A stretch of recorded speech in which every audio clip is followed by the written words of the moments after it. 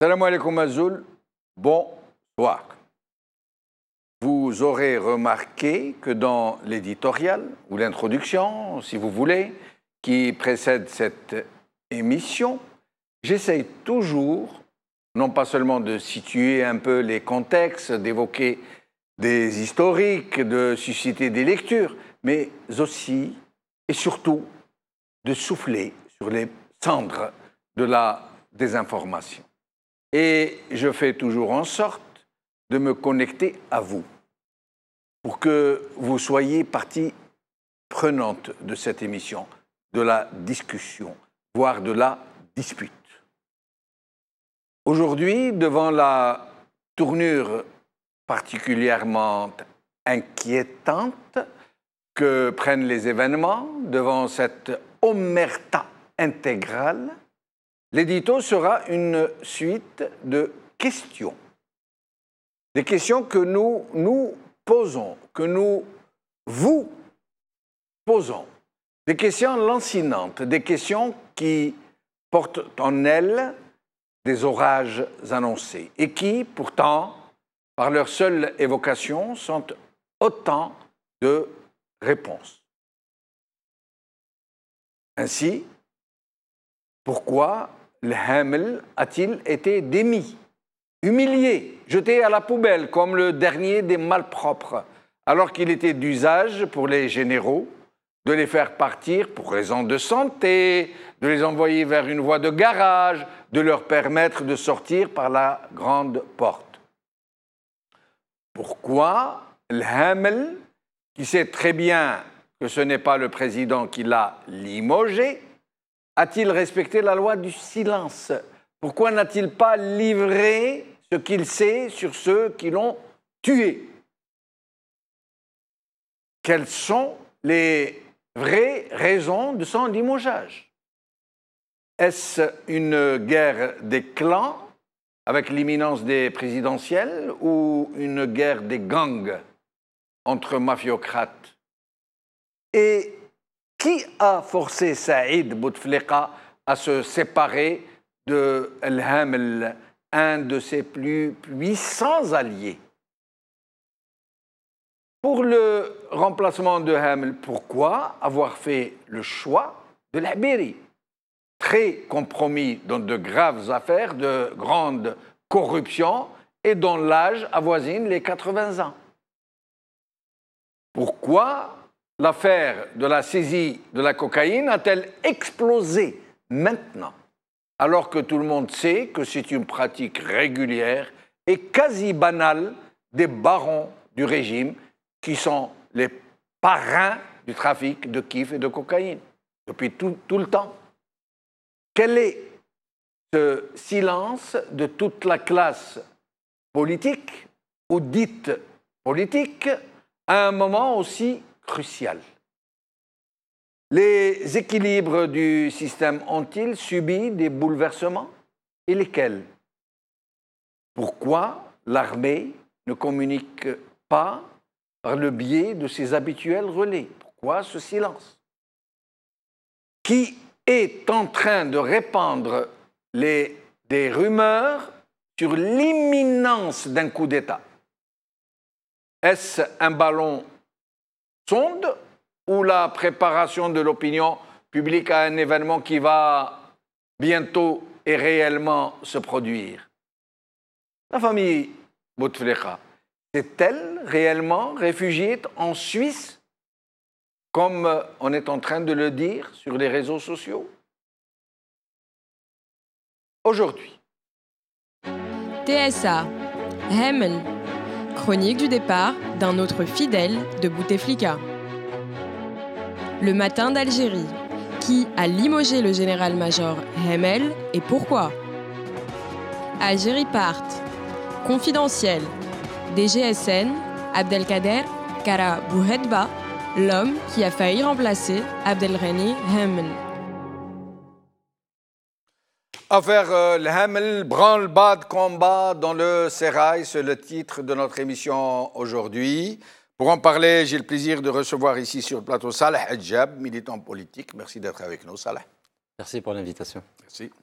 Au téléphone avec nous, Mohamed Larbi Zetout, ex-diplomate et cofondateur de Rachad, Zoubida Assou, l'avocate et présidente de l'Union pour le changement et le progrès, l'UCP, et Abdou Sammar, rédacteur en chef d'Algérie Part. Abdou Sammar qui nous a demandé de le passer en premier pour pouvoir le libérer. Abdou Sammar, merci d'avoir accepté notre invitation. Merci beaucoup, Jamal. C'est toujours un plaisir de vous retrouver et de retrouver nos téléspectateurs et invités de Maraboudia. Merci beaucoup, Abdou. Alors, Abdou Sammar, vous qui êtes particulièrement bien informé, qui avez déjà commis quelques articles sur cette question, dites-nous un peu ce qui se passe, qu'est-ce que vous en savez, puis j'aurai des questions à vous poser au sujet de l'article que vous avez commis sur cette question. Jamal, c'est passé quoi? Il y a eu une affaire, un énorme scandale qui a éclaté, l'information est venue de l'étranger, le régime algérien ne peut pas l'étouffer, il y a des pressions européennes et occidentales sur la lutte contre la drogue très dures en ce moment. Et le régime algérien a profité de cette affaire pour liquider ou une sorte de cure d'amaigrissement, on va dire, pour se débarrasser de certains poids lourds qui le ralentissaient dans ses futurs projets. En langage très simple, des grosses têtes devaient tomber. Le régime algérien n'avait pas de prétexte. Aujourd'hui, il a le prétexte particulièrement favorable pour faire le ménage, préparé pour 2019, parce que telle qu'elle est la configuration d'aujourd'hui, il n'est pas possible d'entamer un cinquième mandat. Alors, Abdou, selon les spéculations des uns et des autres, puisque c'est plombé, personne de vraiment informé n'en parle, personne ne communique sur cette question, mais selon les sources qui essayent de communiquer, et selon des spéculations venant d'officines et d'autres, certains parlent de dégommage, de dégraissage, comme vous dites, en prévision des présidentielles. Sachant que le Hamel figurerait parmi les nominés au cas où il n'y aurait pas de cinquième mandat. D'autres, au contraire, disent que cela n'a rien à voir avec les présidentielles, mais que c'est plutôt qu'une guerre des clans, que c'est une guerre des gangs. Gang le Hamel contre gang Gaïd Saleh, dont les enfants se sont accrochés à cause d'histoires de porc sec, de trucs et d'autres d'affairisme.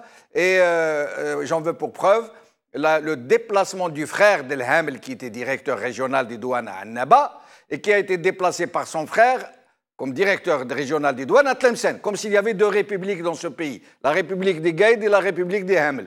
Alors, qu'est-ce que vous pourriez nous dire sur ça? Qu'est-ce qui a vraiment motivé ce dégommage?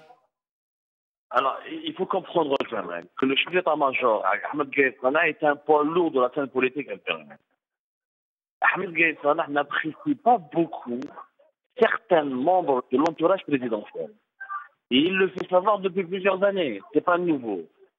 Et il se trouve que comme l'affaire de la drogue, elle est entre les mains de ses services. C'est l'armée qui l'a saisie, c'est l'armée qui en a utilisé pour son prestige, c'est la gendarmerie nationale qui est en train d'enquêter avec les services de renseignement. Donc les services de la police ont été complètement décisifs de cette affaire. Donc Ahmed Gaïd Salah utilise politiquement cette affaire pour imposer sa vision d'un certain assainissement de la vie morale ou de la vie politique algérienne.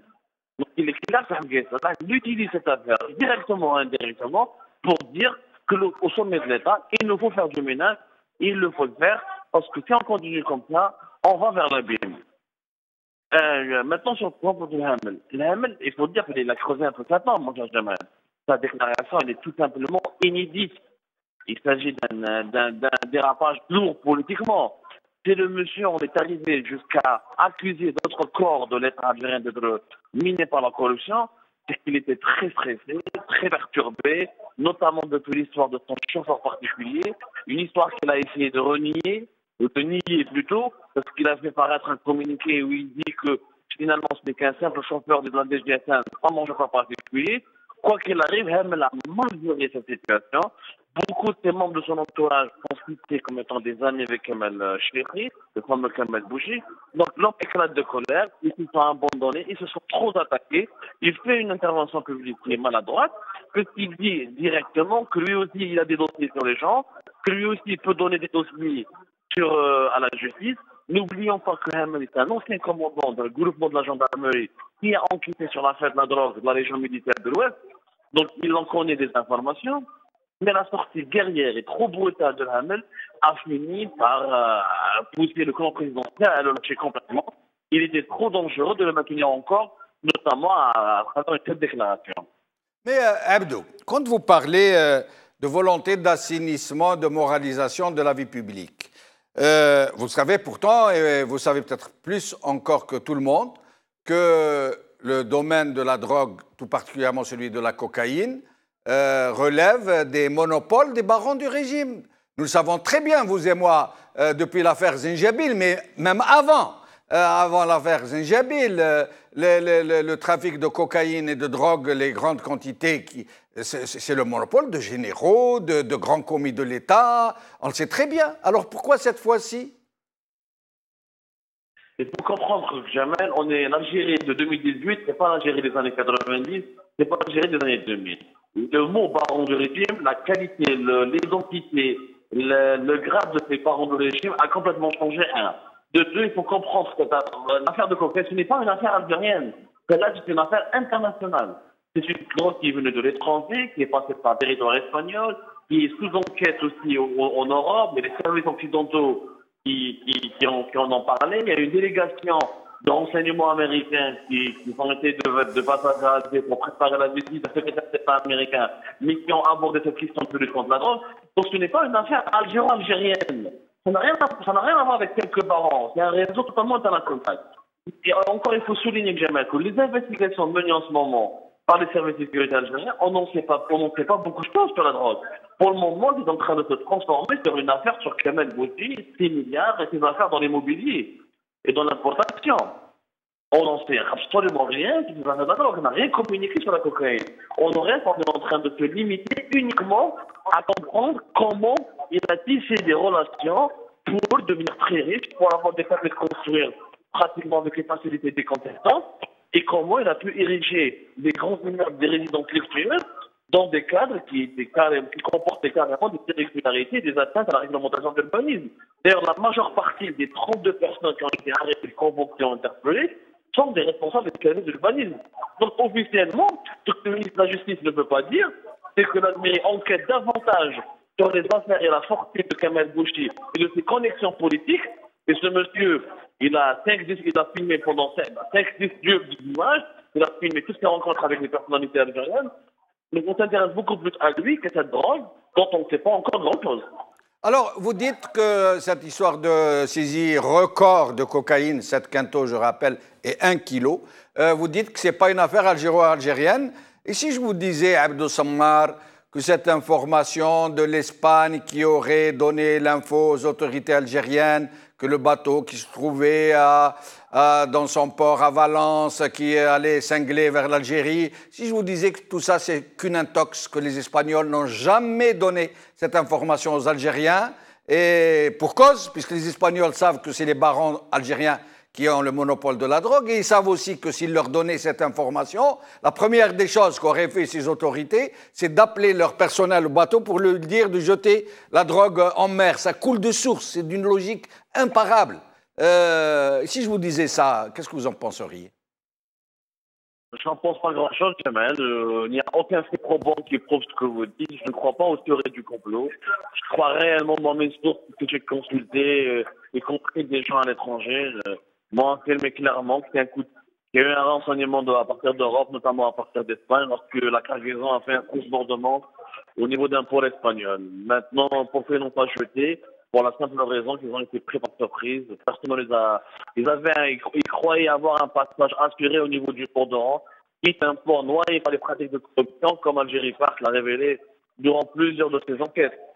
Donc, encore une fois, je maintiens la véracité de la version concernant les révélations qui ont été faites. C'est réellement une information venant d'Espagne qui a permis à l'armée algérienne de saisir ce boss. S'il n'y avait pas cette information venant d'Espagne, on n'aurait jamais entendu parler de cette quantité de drogue. Abdou Sammar, une dernière question avant de vous libérer.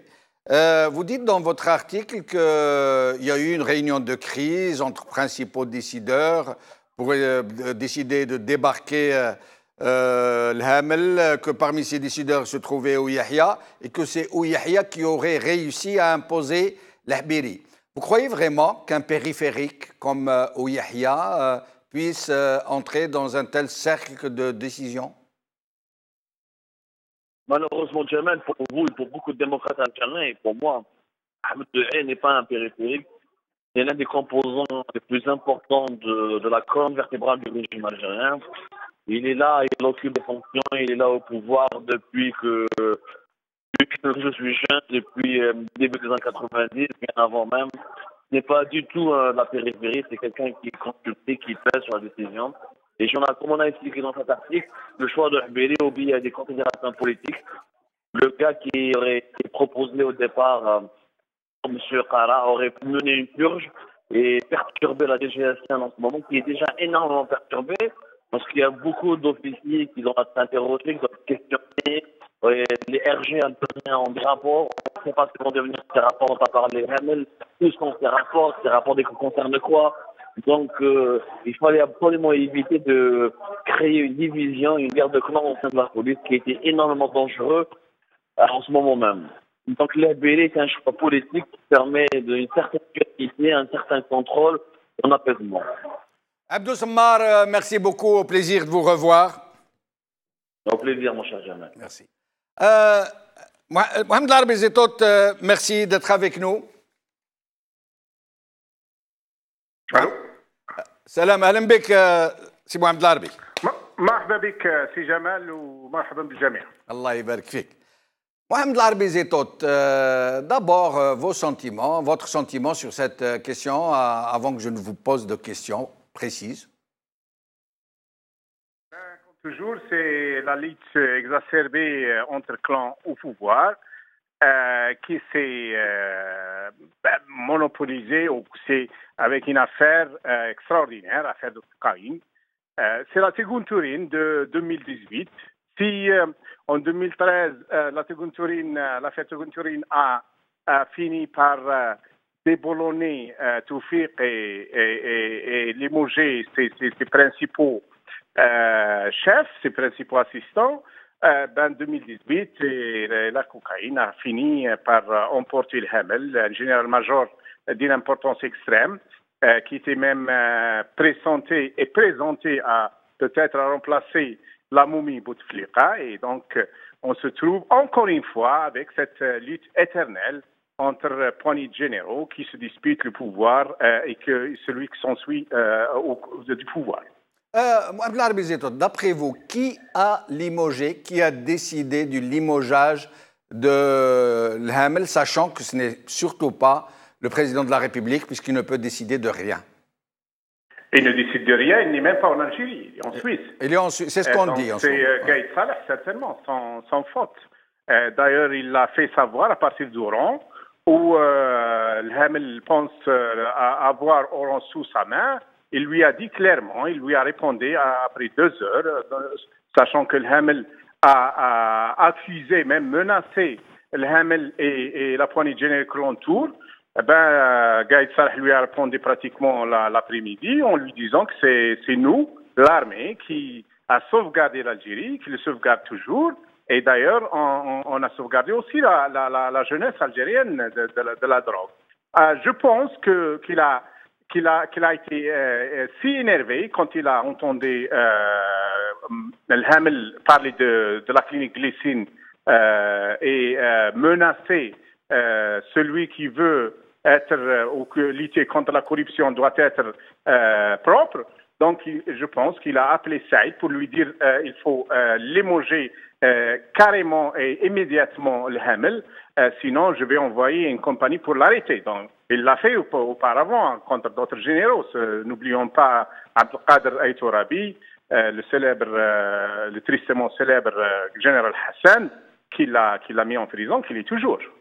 Mais ce que nous ne comprenons pas, c'est que jusqu'à preuve du contraire, Gaïd Salah et le Hamel faisaient partie d'un même clan, celui qui protège le clan Bouteflika et qui permet à Saïd Bouteflika de régner au nom de son frère. Comment se fait-il qu'ils en soient arrivés à cette histoire? Très bonne question. On arrive là, on peut distinguer, si vous voulez, on est toujours avec le même clan, c'est le clan Bouteflika, mais avec deux ailes, si vous voulez, avec l'aile Est et l'aile Ouest. L'aile Ouest, c'est le général Hamel, le général d'armée Ben Ali, Taïeb Louh, Taïeb El-Aïz, le mécanicien des affaires étrangères et d'autres. Le clan Est, c'est Gaïd Saleh et une autre poignée de généraux. Entre les deux, il se trouve d'autres, surtout les recalés ou les ceux de l'ancien DRS, y compris Tartak. Tartak, d'ailleurs, il a joué un rôle important dans cette affaire aussi. Mais vous avez entendu parler de cette histoire de gang entre les enfants de Tartag et les enfants d'El Hamel et le frère d'El Hamel qui était directeur régional dans la République de Annaba et qui a été, quand il a eu des problèmes, son frère l'a fait affecter à la République de Tlemcen? Effectivement, et je pense que c'était ça a même peut-être débordé le vase de menaces entre les deux généraux, parce que Gaïd Saleh n'a pas du tout apprécié qu'on lui envoie le frère de Hamel pour voir ce qu'il fait à Annaba. Annaba, pour lui, c'est sa ville, ça lui appartient à lui. Et d'ailleurs, pourquoi il a répondu Doron? Parce que pour dire à Al-Hamel et à d'autres généraux et à d'autres dignitaires des régimes, à la pègre algéroise en toute entière, que je suis le patron des patrons, c'est moi qui décide, il y a personne. C'est l'armée, c'est la poignée de généraux qui sont au commandement, qui sont avec moi, et moi à leur tête, je dicte et je décide, et personne ne fera quoi que ce soit sans sans qu'il passe par moi. D'ailleurs, on va assister, et je crois savoir qu'on a arrêté pas mal d'assistants de Hamel, y compris le très puissant chef de Sirti de Wilaya d'Alger, Per Rachid, et d'autres. D'autres, ils ont pu fuir. On a entendu 2 ou 3 officiers de la police qui ont pu fuir, mais on arrive à arrêter d'autres. Je pense aussi qu'on finira par avoir Taïeb Louh, le soi-disant ministre de la Justice. Et pourquoi avoir nommé Lahbiri, qui est pourtant connu comme ancien colonel, ancien patron des pompiers, qui fricotait un peu avec tout le monde, parce que tout le monde fricote. De toute façon, tout le monde est au râtelier, c'est une question de centaines de millions de dollars. Pourquoi avoir nommé Lahbiri à la place de quelqu'un d'autre, Lahbiri qui n'a jamais été policier, alors que la DGSN compte de nombreuses compétences qui auraient pu prendre, compétences qui sont en même temps proches du régime. Pourquoi avoir nommé Lahbiri? Et est-ce que, comme nous le dit Abdou Sammar, Yahya aurait joué ce rôle très important de l'avoir imposé comme remplaçant à Al-Hamel? Non, je ne pense pas que Yahya a ce poids dont certains lui incombent. Je pense que Yahya est surtout l'homme de sale besogne et on lui assigné certaines missions claires et bien précises pour qu'il s'enfonce encore plus avec l'opinion algérienne. D'ailleurs, je pense qu'il est l'homme le plus détesté, l'homme politique le plus politique, entre guillemets, le plus détesté en Algérie. Je pense que Lahbiri, c'est surtout parce que c'est un militaire, n'oublions pas que c'est un colonel. Deuxièmement, c'est un alcoolique.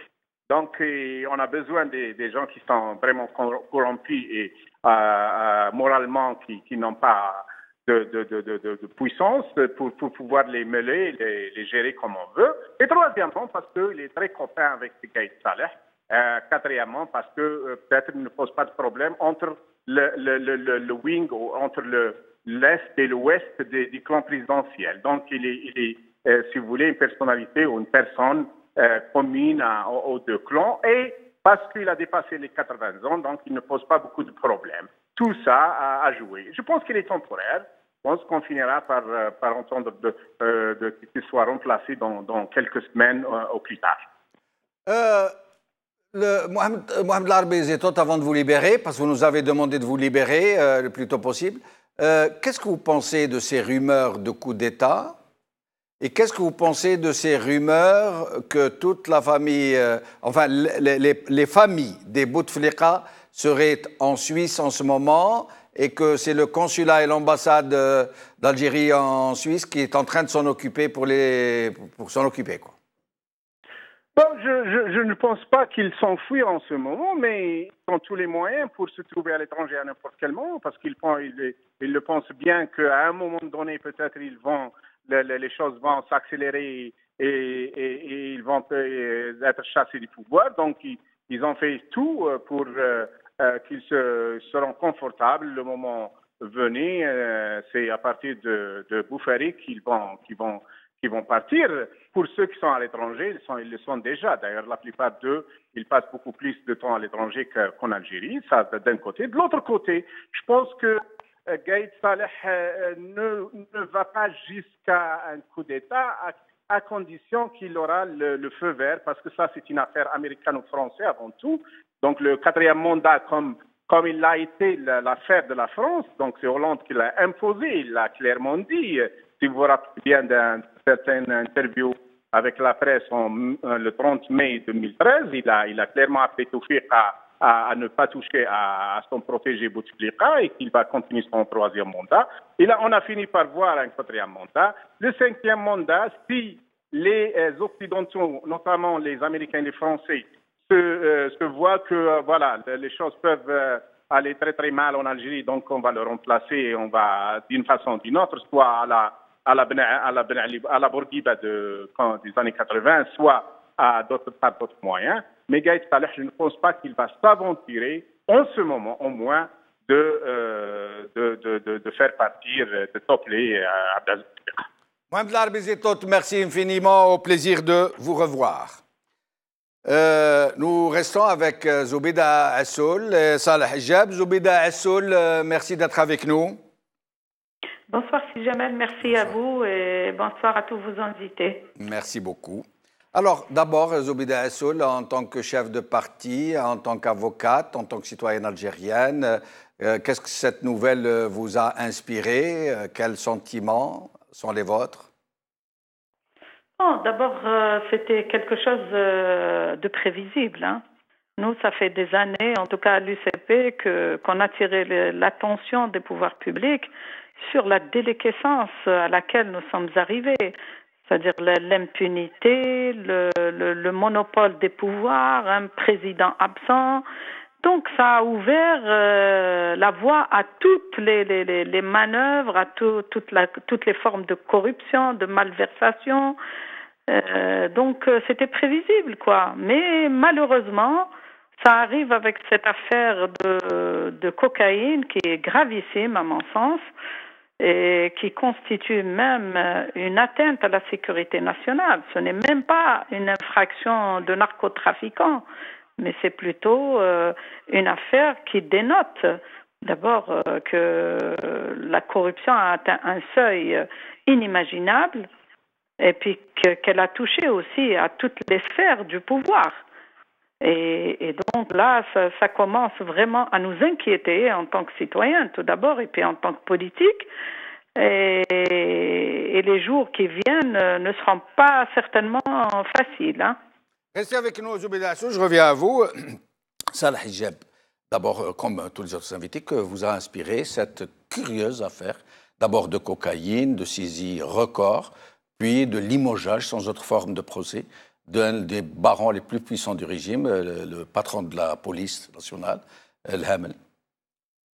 Tout d'abord, quand on connaît bien les gens qui dirigent l'Algérie, c'est un groupe de généraux qui a tous les monopoles, et entre parenthèses, il a transformé tous les marchés en souk al-fallah, distribués entre généraux et cachés avec des façades qu'on appelle des pseudo-hommes d'affaires, qui ce soit Haddad ou l'Ulmi, ou ce boucher-là qui avait ce monopole d'importation des viandes. Donc, mais derrière, il y a ces politiciens comme cet instrument qui s'appelle Ouyahia. Il est dans la périphérie, il ne peut pas être parmi les gens de décision. Lui aussi, il a des affaires pour sa famille, ses enfants, sa femme, il a des sociétés. Et il est là, il joue le rôle politique pour faire passer des lois, pour interdire les voitures d'occasion, interdire les pièces, pour faciliter la tâche à certaines personnes d'avoir le marché automobile, par exemple, à d'autres personnes d'avoir d'autres marchés. Et comme ça, ils partagent le pain entre eux. Sauf que ces derniers temps, avec la chute du prix des pétroles, l'argent, le montant d'argent qui arrive en Algérie a baissé. Et ces généraux, aucun ne veut perdre de sa part. Et ça reste cette guerre entre ces gens sur les affaires économiques qu'on connaît. Le problème, il n'y a pas que des affaires économiques. Et en plus des affaires économiques, il y a ce genre d'affaires qui c'est des affaires graves. Cette histoire qu'on a des gens qui sont censés lutter contre la drogue, qui sont eux-mêmes les premiers qui font le grand marché. Et de temps en temps, ils essayent d'arrêter un ou deux pour faire semblant aux Algériens comme quoi nous sommes là en train de lutter. Mais en réalité, non et non et non. Après l'histoire de dire cette affaire, c'est une affaire internationale. Ce n'est pas une affaire internationale. Cette guerre entre clans, entre le Gaïd Saleh et entre le Hamel. Et pourquoi le Gaïd Saleh et le Hamel? Parce que les deux, ils sont des candidats pour le 5e mandat bis. Je dis bien 5e mandat bis. C'est-à-dire le candidat, ça veut dire candidats eux-mêmes? Oui, eux-mêmes. Gaïd Saleh, par exemple, peut être candidat? Donc, sincèrement, on a accepté un mort-vivant, pourquoi pas Gaïd Saleh? Donc, je dis bien le 5e mandat bis, c'est-à-dire la continuité de ce système. Et les deux, ils ont des marchés dans différents domaines. Donc, il se trouve qu'à un moment donné, ils sont arrivés à se chamailler sur quelques affaires. Et donc, il y avait cette utilisation de dénonciation à l'étranger pour faire tomber l'autre. Donc, c'est pour ça la réaction de l'Hamel, quand il a dit « moi aussi, j'ai des dossiers », ça veut dire quoi? Ça veut dire que l'un des deux, chacun a des dossiers sur l'autre. Et d'ailleurs, quand on parle aussi de la question de pourquoi el-Hebiri, tout simplement parce qu'ils ont des dossiers sur lui, et parce que c'est quelqu'un de fidèle. On remonte en arrière. Pourquoi Bouteflika a gardé Gaïd Saleh? Parce qu'il était censé être limogé. Il a regardé qu'il avait un dossier sur le dos, donc il lui a montré son dossier, il l'a gardé. Parce qu'il tu me tiens, je te tiens par la barbichette. Voilà, exactement, ça marche ainsi. Donc cette affaire, c'est vraiment une relation entre les gangs et ça marche comme ça. Même avant l'histoire entre Toufir et Bouteflika. Toufir, il avait des dossiers de corruption sur le clan Boutef. Boutef, il avait des dossiers de sang sur Toufik. Le jour où il a réussi, Toufir, de faire semblant de liquider les dossiers de corruption, notamment l'autoroute, en disant ce sera la BRC, Chakib Khalil. Voilà, il les a fermés, ses affaires. Donc, du coup, Toufir n'a plus de carte dans la main. Et en face, Bouteflika, il est arrivé au point de menacer de façon flagrante en faisant venir les enquêteurs français. Et on les a laissés aller jusqu'au moment de récupérer des échantillons. Et à la dernière minute, ils ont arrêté les échantillons. Et là, c'est comme s'il a montré à Toufik, regarde, je peux faire. Et donc, à ce moment-là, on a... Vous parlez des prélèvements sur les crânes des moines. Les crânes, donc c'est-à-dire, c'est pour ça, aujourd'hui, on est en train de voir une scène où on a des gens qui ont dit le mot limogé. Non, je préfère de dire le mot écarté, isolé, parce que des gens limogés qui ne parlent pas, ça nous laisse poser des questions. On limoge Toufir, il dit rien. On limoge Saadani, entre parenthèses, il dit rien. On limoge Belkhadem, il dit rien. On limoge Lhami, il va rien dire. Ça veut dire quoi? C'est l'omerta. Voilà, donc même si on fait du mal, je ne dis pas les choses. Il ne dit pas parce que lui, le premier, il sera enfoncé. Donc c'est une guerre d'existence et donc chacun utilise les cartes qu'il a dans la main. Et nous avons demandé à Assel Zoubida, vous qui avez été juge, qui êtes avocate, que pensez-vous de cette déclaration dont vient de nous parler Salah Hijab, de l'Hamel, qui dit « moi aussi j'ai des dossiers ». En même temps, il dit « je fais confiance à la justice hein. ». Mais il ne dit pas qu'il va livrer ces dossiers dont il parle. Qu'est-ce que vous en pensez? Non, ce qu'on peut penser, c'est que tout d'abord, c'est malheureusement dommage pour que l'État algérien, à travers ses institutions et à travers ses responsables politiques, parce que c'est le premier, disons le premier rang des responsables politiques qui se livrent à une bataille rangée devant les citoyens algériens comme nous, qui sommes là à attendre que l'État les protège, que l'État soit là pour assurer leur sécurité et la sécurité de leurs biens et le devenir de leurs enfants. Aujourd'hui, ils se livrent à une bataille. Je te tiens par des dossiers, tu me tiens par des dossiers. Ça, c'est quand même une première dans le système algérien. Et ça dénote que ce système est complètement en déliquescence. Ils ont perdu tout sens de la responsabilité. Si Hamel possédait des dossiers, pourquoi ne l'a-t-il pas fait auparavant? Pourquoi il n'a pas saisi la justice? C'est la question que j'allais vous poser. Pourquoi les garde-t-il l'armée ou sur Salah ou que sais-je, sur d'autres généraux? Pourquoi ne l'a-t-il pas fait? S'il ne l'a pas fait, c'est que lui-même, il est là pour protéger des gens qui sont corrompus. Et ça, c'est encore plus grave. Comme on dit, c'est-à-dire, si vous avez des dossiers que vous êtes tués, en sachant que ces gens-là sont corrompus ou qu'ils étaient versés dans des affaires de corruption ou de drogue ou de trafic de drogue, si vous ne l'avez pas fait, ça veut dire que vous êtes quand même coupable. Mais Zoubeda Assoul. Donc en fait, quand on observe cela, le citoyen est complètement perdu. Se dit, qu'est-ce qui se passe, quoi? Mais Zoubeda Assoul. Je n'ai jamais vu. Zoubeda Assoul. Justement, vous faites bien de m'y amener parce que je voulais vous poser la question. Aujourd'hui, ce n'est plus la presse ou la société civile ou les partis politiques qui accusent le régime de corruption et de nager jusqu'au cou, jusqu'aux yeux dans la corruption, mais c'est le régime lui-même qui est en train de s'accuser lui-même.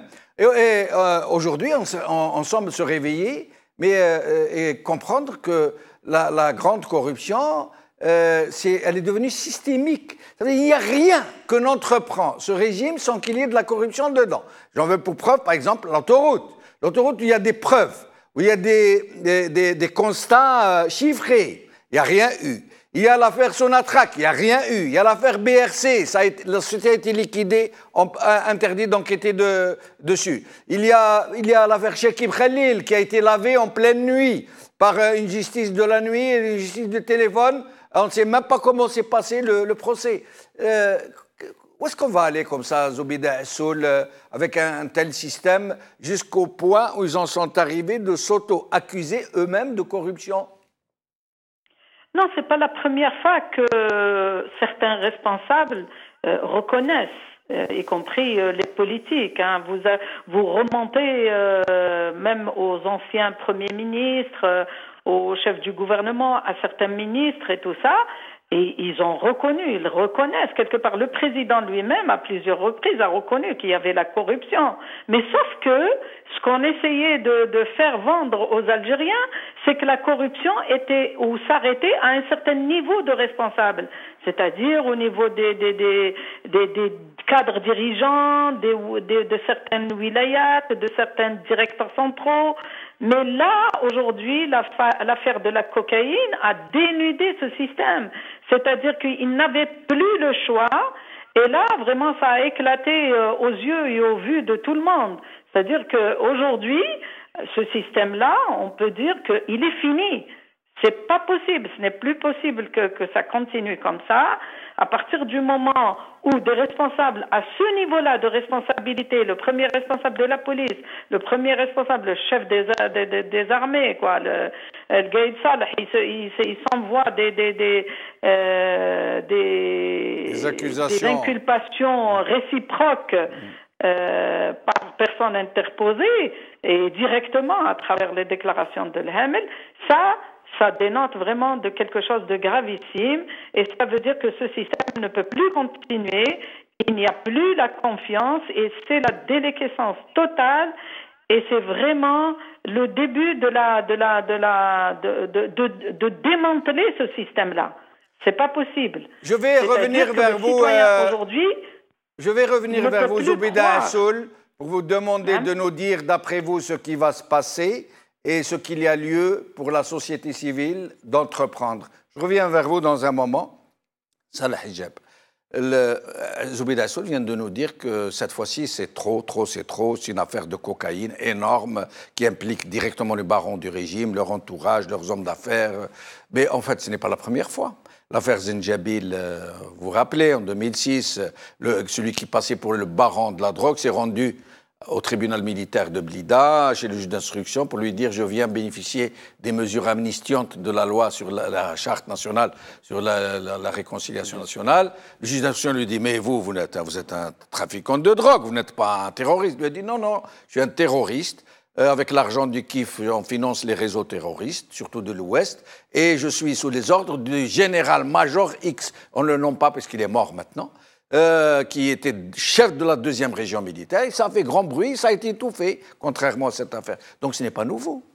Oui, malheureusement, ce n'est pas nouveau et on ne doit pas rester commenter les choses et attendre que ça va fondrer, tomber comme un château de carton. Même derrière, on sait bien que il n'y a pas d'État, il n'y a pas d'institution, tout est mélangé. C'est vraiment c'est une bande qui embauche ou qui se fait entourer au emploi des incompétents et qui essayent de faire ces manipulations. D'ailleurs, tout à l'heure, j'étais en train de penser, avant, on fait des assassinats physiques. Cette fois, on essaye des fois de faire des assassinats politiques, c'est-à-dire quand on les mange la personne, on fait des assassinats économiques, ce qu'on a essayé de faire à Rabrab à un moment donné. On a attaqué ces sociétés et après 15 ans qu'il a le monopole, on a découvert qu'il n'y a que lui qui a ce monopole. Donc en sortant la carte des impôts et d'autres cartes, on va l'assassiner. Ils ont fait ça avec pas mal d'hommes d'affaires pour laisser leurs hommes de continuer d'exister. Aujourd'hui, si on va dire que ça commence à tomber, il faut absolument accompagner cela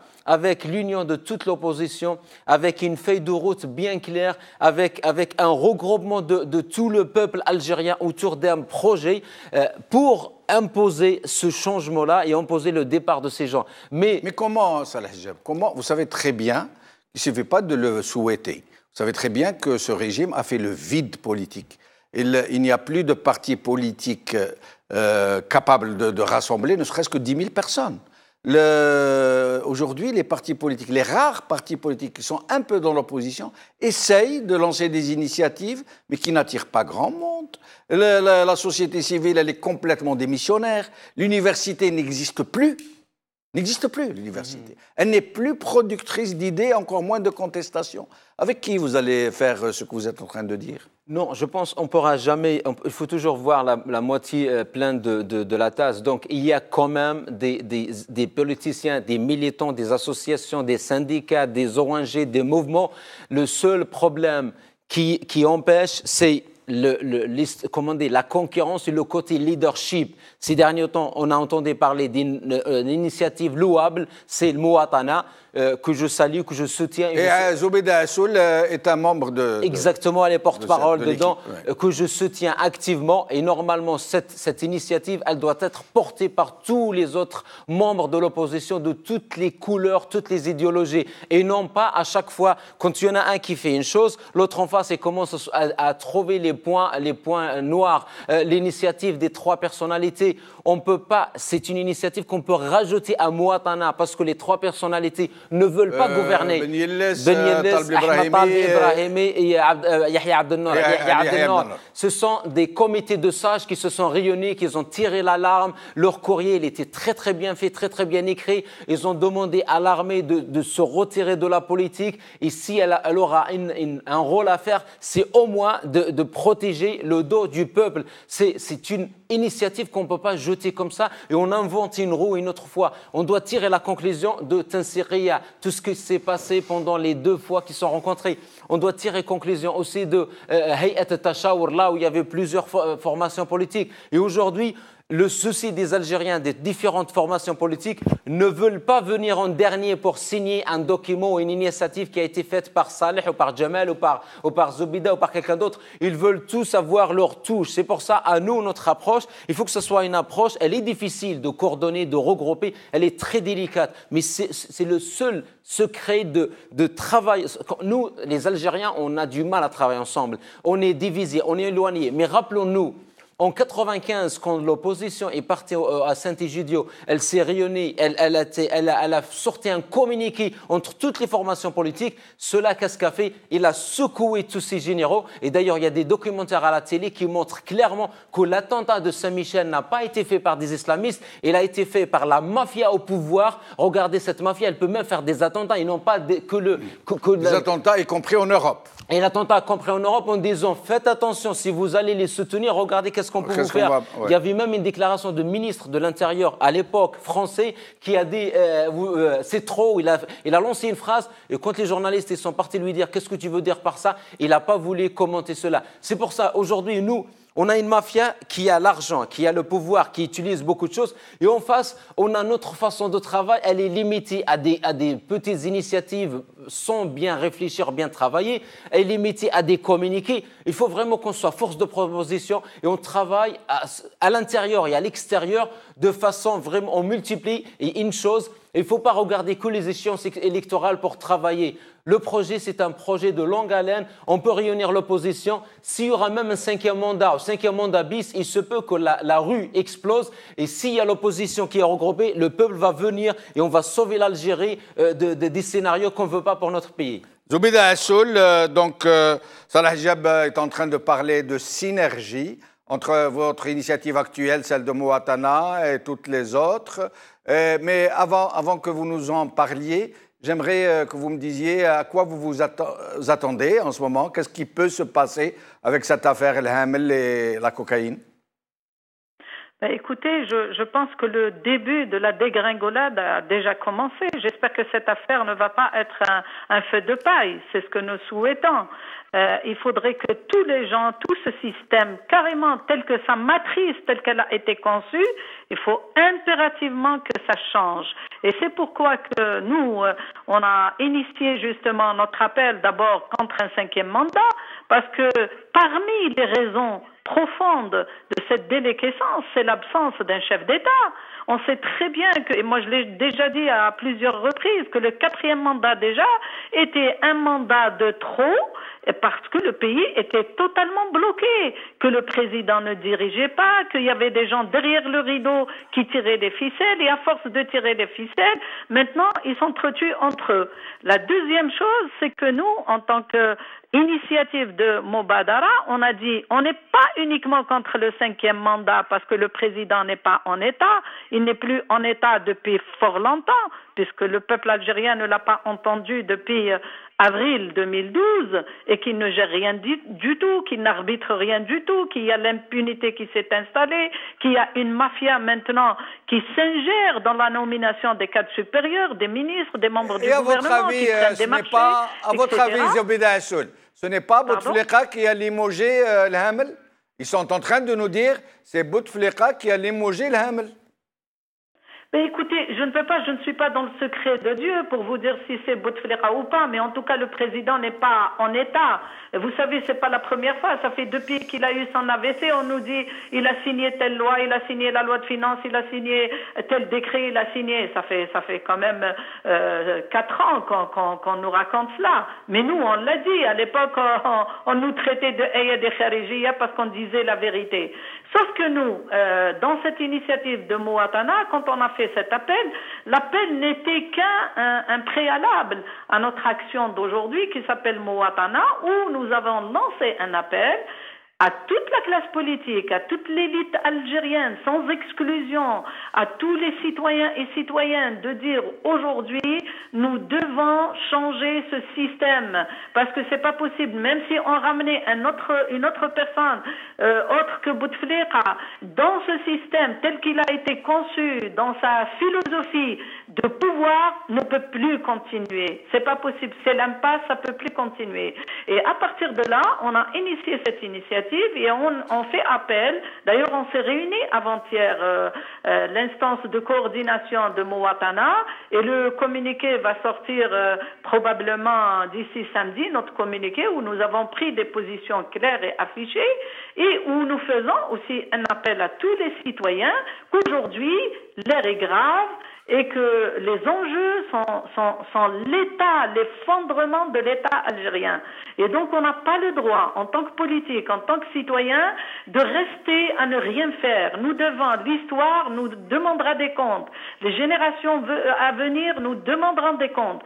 Donc nous, on a initié, on ne dit pas que nous avons la solution, on encourage toutes les bonnes initiatives qui œuvrent dans la perspective de changer ce système et de sauver l'Algérie. Ce n'est pas un problème de pouvoir, ce n'est pas un problème de leadership. Il faut quand même aujourd'hui qu'on puisse, nous, en tant que classe politique, avoir suffisamment de maturité pour dire que ce qui nous intéresse au premier chef, c'est de sauver l'Algérie en proposant une feuille de route. D'ailleurs, nous travaillons dessus. Nous allons, d'ici la rentrée sociale, présenter justement le projet.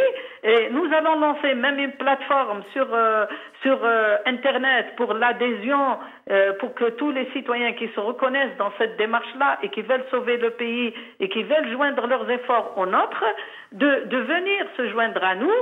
Et on ne détient pas, nous, la solution, mais on a fait une initiative.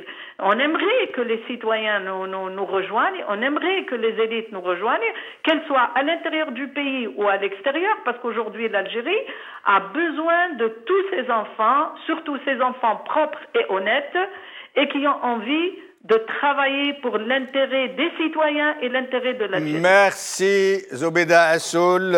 Restez avec nous jusqu'à la fin de l'émission. Salah Hijab, en moins d'une minute, le mot de la fin. Le mot de la fin, Jamal, je pense il y a deux déclarations dans cette affaire. La première, quand on n'est pas propre, on ne peut pas reprocher aux autres. C'est-à-dire, c'est une déclaration de dire, même ça me rappelle une phrase que mon père disait, Mambrad mehok, Mambrad, là on est dans une autre affaire. Un voleur ne juge pas ou bien ne reproche pas un autre voleur des affaires. L'affaire de Kamel le Boucher, quand il dit « moi je ne suis pas un Boumaraf », c'était une façon de dire « je ne suis pas un instrument que vous avez utilisé pour assassiner un président et coller l'affaire à des islamistes et après le mettre derrière les barreaux au nom qu'un islamiste ». Et d'ailleurs, il y avait une autre affaire avant ça. Zitouni, c'était pareil, un pseudo-islamiste qui fait le terrorisme et après, une fois il a fini le travail, il a été limogé. Donc tout cela, ça ne preuve par A plus B que c'est clair, net, pressé, c'est une affaire de guerre entre généraux, de gangs. Et donc en face, on doit aussi, on doit arriver à proposer une solution, on ne doit pas parler, on fait initiative. On doit pouvoir dire au peuple, oui, nous avons la solution. Et on ne dit pas, on a fait un communiqué pour faire le communiqué. Non, on dit la solution, c'est les compétences qui gèrent l'Algérie, une Algérie plurielle, la justice, et on va construire nos pays nous-mêmes. Merci Salah Hijab, merci Zobeida Assoul, merci Mohamed Larbi Zitot, merci Abdou Sommar. Nous apprenons que c'est une information intéressante. L'État annule toutes les sessions des structures de Club des Pins. C'est fini, ils ne peuvent plus acheter Club des Pins. On apprend aussi, par une source qui n'est pas encore officielle, que le Wali d'Alger, M. Zour, serait sur le départ. Voilà, merci chers amis d'avoir suivi cette émission. Bqaw ala khair, b'slama.